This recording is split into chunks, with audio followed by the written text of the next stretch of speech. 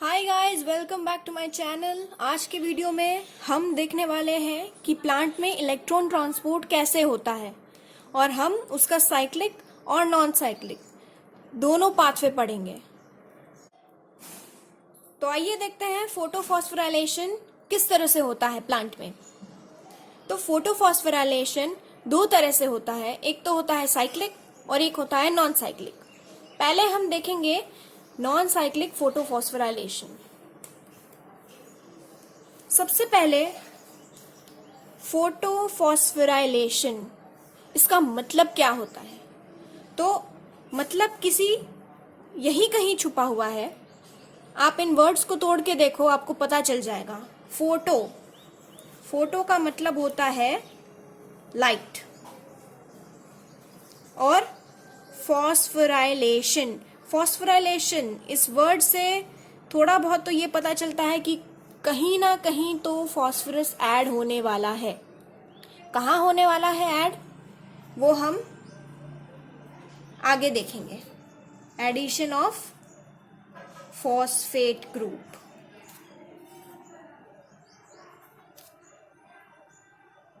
Addition of phosphate group मतलब phosphorylation.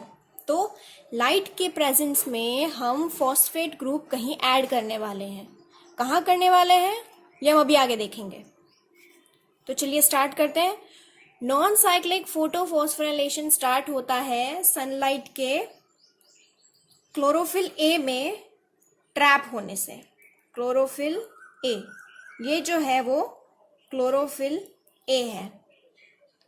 अब sunlight जो है वो 680 नैनोमीटर की वेवलेंथ पर जब फॉल होती है तब वो PS2 के क्लोरोफिल ए में ट्रैप होती है।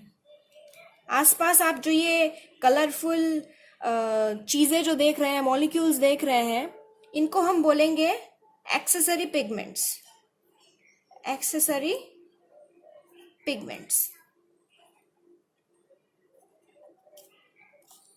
एक्सेसरी पिगमेंट्स में हमें क्लोरोफिल बी मिलेगा, ज़ैंथेनॉइड्स मिलेंगे और कैरोटीनॉइड्स मिलेंगे। कैरोटीनॉइड्स, ये सब मिलाकर हमें मिलता है एक्सेसरी पिगमेंट्स। और accessory pigments plus chlorophyll A हमें देता है light harvesting complex. Light harvesting complex, या तो हम इसको एंटीना भी बोल सकते हैं। क्यों? क्योंकि जिस तरह से हमारे घर में जो एंटीना होता है वो पर्टिकुलर वेवलेंथ की सिग्नल को ट्रैप करके हम तक जो पिक्चर पहुंचाता है, उसी तरह से लाइट की भी पर्टिकुलर वेवलेंथ होती है कोई। यहां हमने ली है 680 नैनोमीटर। वही वेवलेंथ की लाइट को क्लोरोफिल ए ट्रैप करके हमें इलेक्ट्रॉन ट्रांसपोर्ट करवाता है प्लांट के अंदर। तो यहाँ जब 680 नैनोमीटर की वेवलेंथ से लाइट आती है क्लोरोफिल ए पर, तब एक्सेसरी पिगमेंट्स जो होते हैं वो इस लाइट को क्लोरोफिल ए तक बीच में पहुंचाने में हेल्प करते हैं। और यहाँ से एक इलेक्ट्रॉन एक्साइट होकर पहुंचता है ऊपर। सॉरी, एक नहीं, दो इलेक्ट्रॉन्स पहुंचेंगे ऊपर। ऊपर कहाँ पहुंचेंगे? तो हम उससे बोलेंगे primary electron acceptor. Primary electron acceptor, इसे हम फियोफाइटिन भी कहते हैं, बट यहाँ प्राइमरी इलेक्ट्रॉन एक्सेप्टर लिखा है तो हम यही दिमाग में रख के चलेंगे। अब शुरू होता है इलेक्ट्रॉन का ट्रांसपोर्ट। तो इलेक्ट्रॉन यहां से गया प्राइमरी इलेक्ट्रॉन एक्सेप्टर में, एक्साइट होके वहां से वो ट्रांसपोर्ट होगा प्लास्टोक्विनोन। उसको हम PQ से रिप्रेजेंट करेंगे, प्लास्टोक्विनोन। वहां से ट्रांसपोर्ट होके जाएगा साइटोक्रोम B6F के पास, और यहां से फर्दर ट्रांसपोर्ट होगा प्लास्टोसाइनिन में। प्लास्टोसाइनिन हम PC से रिप्रेजेंट करेंगे। तो इलेक्ट्रॉन सबसे पहले क्लोरोफिल ए से गया प्राइमरी इलेक्ट्रॉन एक्सेप्टर में, वहां से गया प्लास्टोक्विनोन पे, वहां से गया साइटोक्रोम B6F में, और वहां से आया है प्लास्टोसाइनिन पे। अब यहां से वो जाता है PS1 की तरफ। नॉन साइक्लिक फोटोफॉस्फोराइलेशन में इलेक्ट्रॉन जाएगा प्लास्टोसाइनिन से PS1 में। अब PS1 में जाएगा इलेक्ट्रॉन, वहां वेट करेगा जब तक एक पर्टिकुलर वेवलेंथ की लाइट फॉल नहीं करती है, तब तक वो यहां वेट करेगा। अब कौन सी वेवलेंथ की लाइट आएगी यहां पर, तो हमने PS2 में देखा था कि 680 नैनोमीटर की लाइट फॉल कर रही है, लेकिन PS1 में हमको चाहिए 700 नैनोमीटर की वेवलेंथ की सनलाइट। तो जब यहाँ 700 नैनोमीटर की वेवलेंथ से लाइट आएगी, तभी यहाँ का जो इलेक्ट्रॉन है क्लोरोफिल ए, यहाँ का जो इलेक्ट्रॉन है वो फिर से एक्साइट होके जाएगा प्राइमरी इलेक्ट्रॉन एक्सेप्टर पे। अब यहां से इलेक्ट्रॉन फिर से ट्रांसपोर्ट होगा। यहां पर एक कॉम्प्लेक्स होता है फेराडॉक्सिन FD।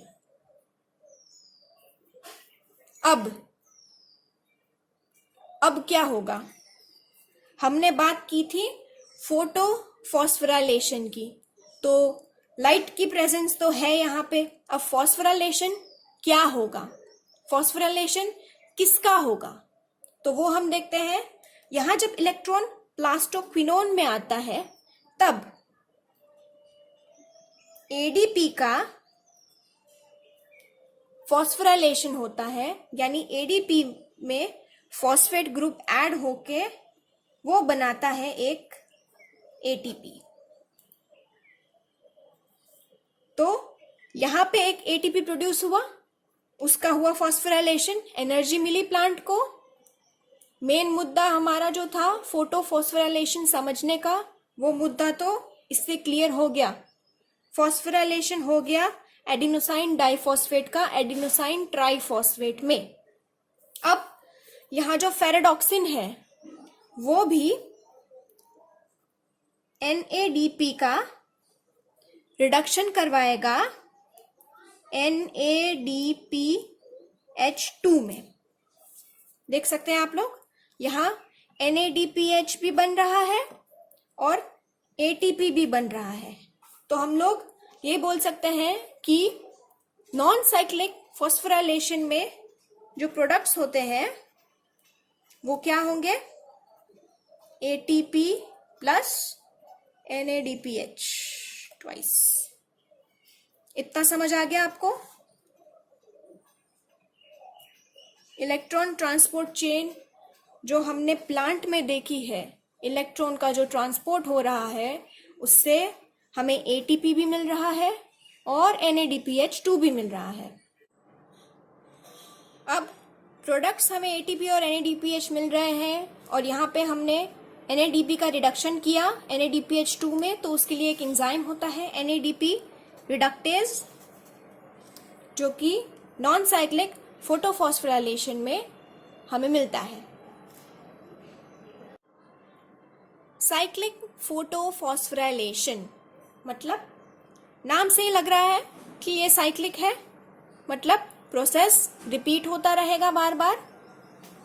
ठीक है, तो साइक्लिक फोटोफॉस्फोराइलेशन में सिर्फ और सिर्फ PS1 इन्वॉल्व रहता है, इसमें PS2 नहीं होता है। और cyclic phosphorylation takes place in the stroma lamellae, ये सिर्फ स्ट्रोमा लैमेली में होगा। जब थाइलेकॉइड्स की बात हुई थी तो थाइलेकॉइड में दोनों थे, PS1 और PS2, बट स्ट्रोमा लैमेली में सिर्फ और सिर्फ PS1 रहता है। तो इसमें हम साइक्लिक फोटोफॉस्फोराइलेशन का प्रोसेस ऑब्जर्व करते हैं। तो PS1 में पहले भी बात की थी, PS1 जब होता है तो सनलाइट कौन से नैनोमीटर पे आएगी, 700 नैनोमीटर पे।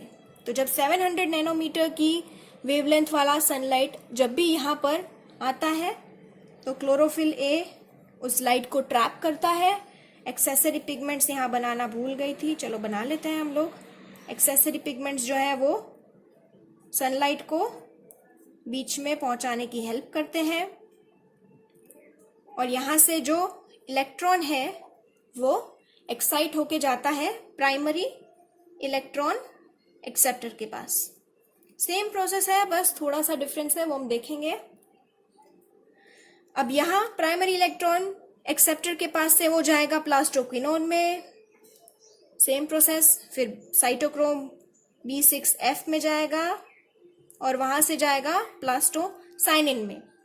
अब प्लास्टोसाइनिन में जाने के बाद वापस से हमारा जो इलेक्ट्रॉन है वो PS1 के पास आ जाएगा।